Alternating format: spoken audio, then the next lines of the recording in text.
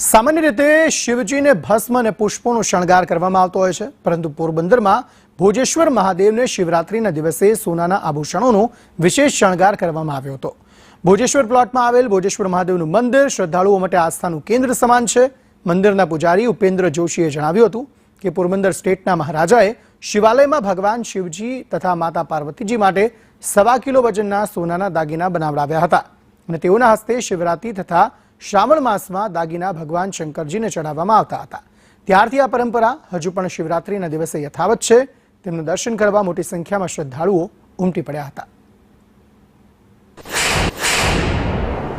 आ मंदिर अंदर में महादेव ने 1.25 किलो सोनू अर्पण करेलू है, जे 1.25 किलो नो श्रृंगार जे आप जोई शको छो।